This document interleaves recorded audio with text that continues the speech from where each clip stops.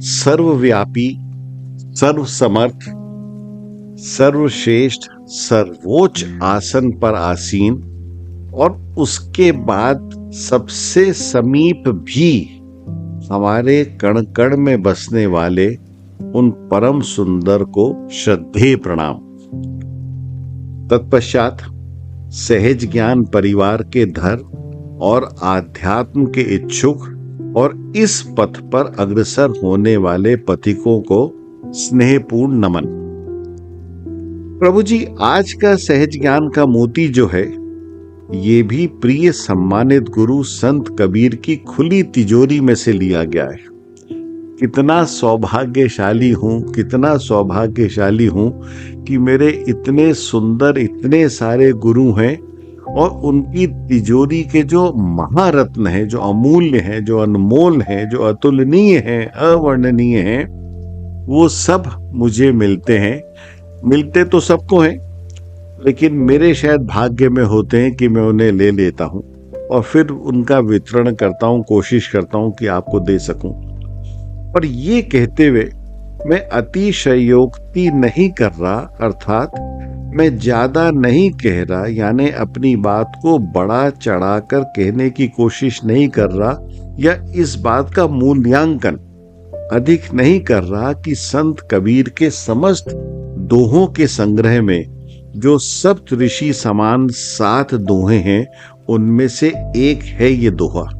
और इस दोहे का मेरे ऊपर इतना सकारात्मक, इतना सघन, इतना सशक्त प्रभाव पड़ा है जिसका वर्णन कठिन है, मुश्किल है और मुझे बाध्य करता है कि जब जीवन का सूर्यास्त होने जा रहा है, मेरे जीवन का, और जब मेरी परलोक की यात्रा प्रारंभ होने वाली है, तो कुछ तो तैयारी कर लूं।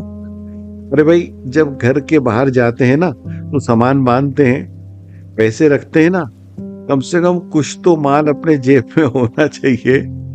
कुछ पैसे, कुछ क्रेडिट कार्ड होने चाहिए जो वक्त जरूरत काम आ सके परलोक यात्रा में।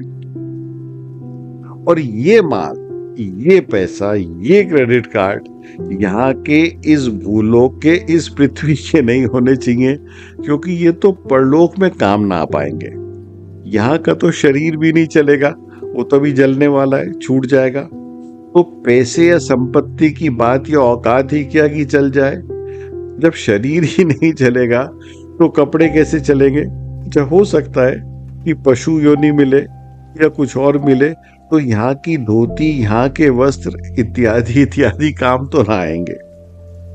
And then whatever we had acquired, whatever we possessed, whatever we fought for, or to whatever level we stooped down, for whatever lies, whatever dirty, filthy, stinking, perverted levels we touched, not only to acquire more and more, but to finish our rivals, or for the greed to become number one in so-called politics, not only in our nation, but to acquire the false, hollow status of becoming a world leader or any worldly figure, or to become number one in wealth or in judiciary or in bureaucracy, that sadly but truly shall ditch us by not accompanying with us, and we will be made ready to reduce to ashes जब चिता पर रखे जाएंगे ना प्रभु जी,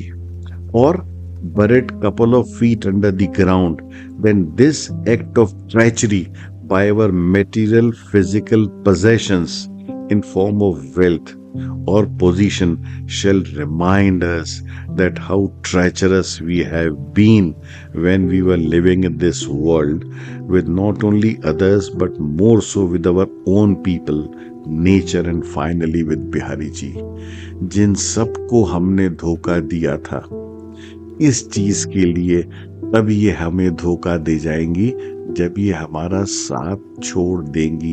ये धन, ये संपत्ति, ये पद, ये प्रतिष्ठा, ये झूठा मान सम्मान, तब ये हमें धोखा देगा। तो भैया ठीक से तैयारी कर लो परलोक यात्रा की।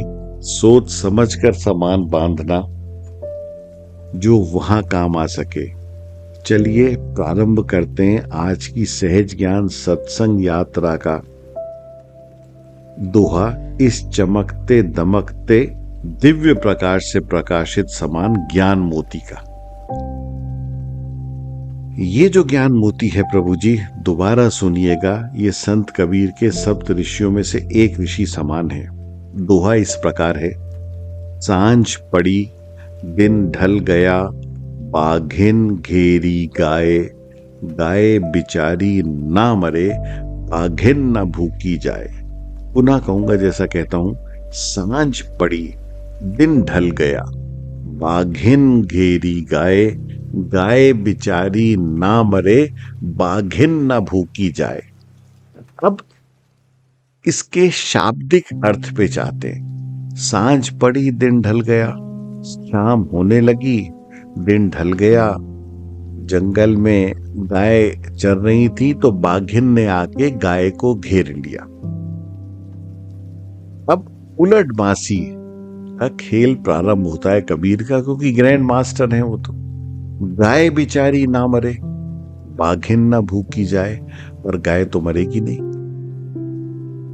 और बाघिन भूखी जाएगी नहीं। इस शाब्दिक अर्थ से इसके महत्वपूर्ण अर्थ की तरफ चलते हैं, क्योंकि जैसा प्रभु जी प्राय अपने सत्संग में कहता हूं कि संत कबीर जैसा विशाल, संत कबीर जैसा महान, संत कबीर जैसा विद्वान, संत कबीर जैसा दिव्य व्यक्ति जब कुछ कहता है तो मात्र शाब्दिक अर्थ नहीं हो सकते प्रभु जी, उसके तो पता नहीं कितने अर्थ होते हैं।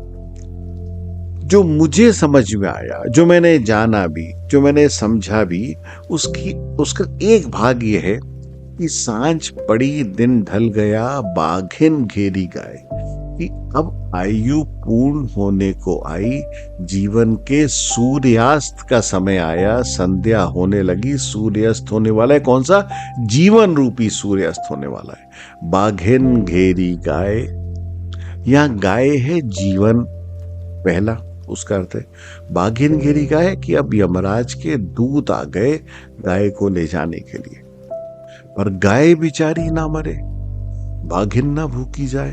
पर आप तो कहते हो, यहां अब गाय को फिर उलट बांसी में टर्न करते हैं, शरीर से आत्मा पे लेके जाते हैं कि आत्मा तो अजर है, आत्मा तो अमर है। कहा ना, भी आराध्य है।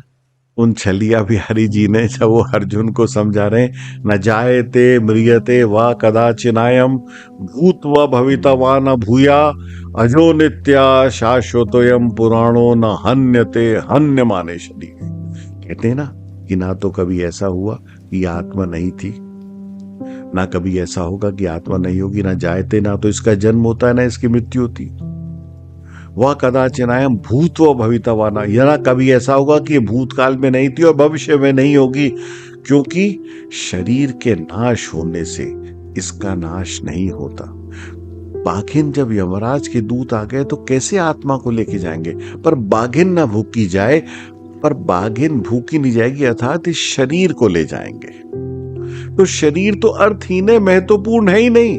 वो जो अभी मैंने कहा कि जो सारी जिंदगी झूठ बोला, सब कुछ बोला, वो सारे पाप, सारे नीच कर्म किए राजनीति में ऊपर जाने के लिए, पैसे में, बिजनेस में, जुडिशरी में, एग्जीक्यूटिव में, 3 wings of legislature, whatever you call it. अपने घर में ही सबको धोखा दिया, सबके साथ बेईमानी करी, दोस्तों के साथ, पार्टनर के साथ, सबके साथ किसी तरीके से और पालूं और पालूं और पालूं। वो सब चीजें यहां छूट गई, ले गए यमराज शरीर, और शरीर के साथ ये चीजें जा ही नहीं सकती।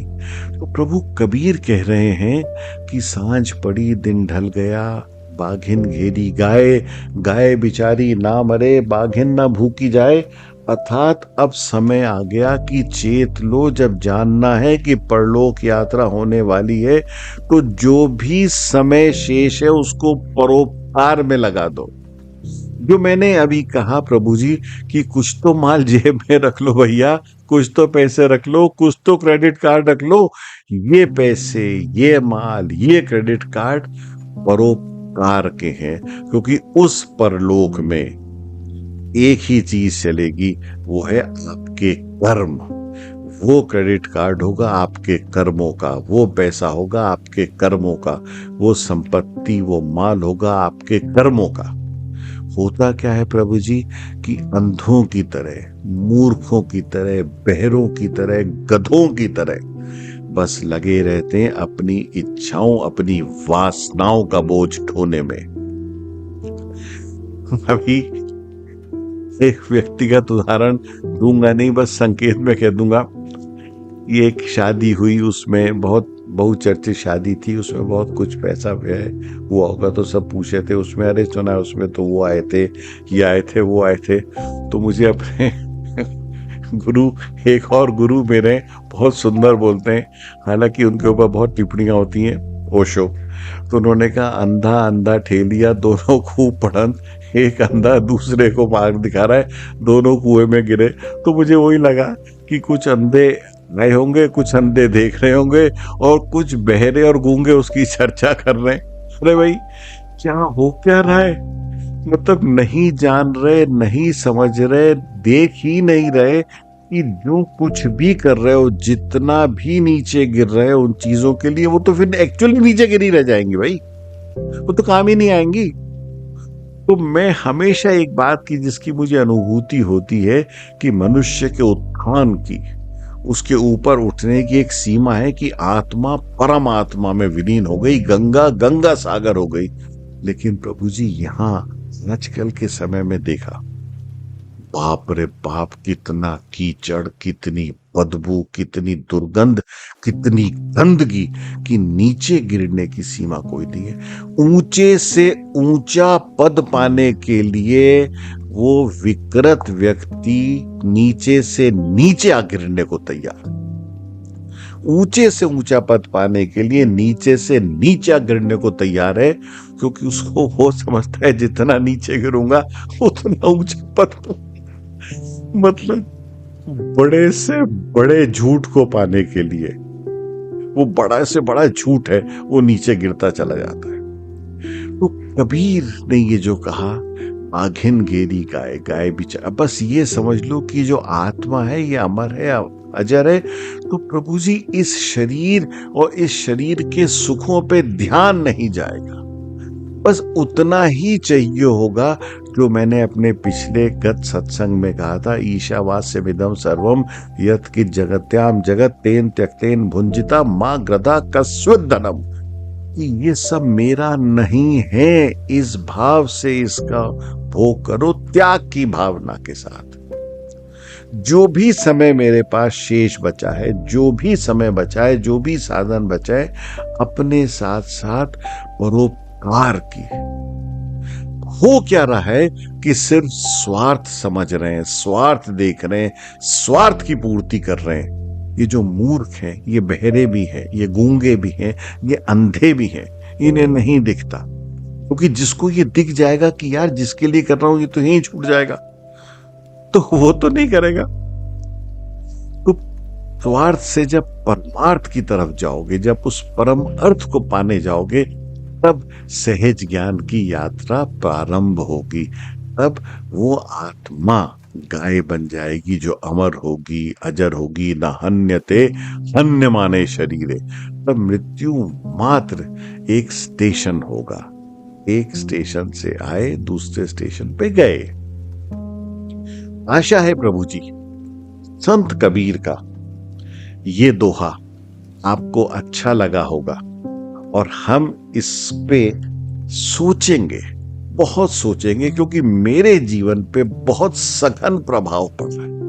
मैं बाध्य हो गया हूं अपनी दिशा को परिवर्तित करने के लिए।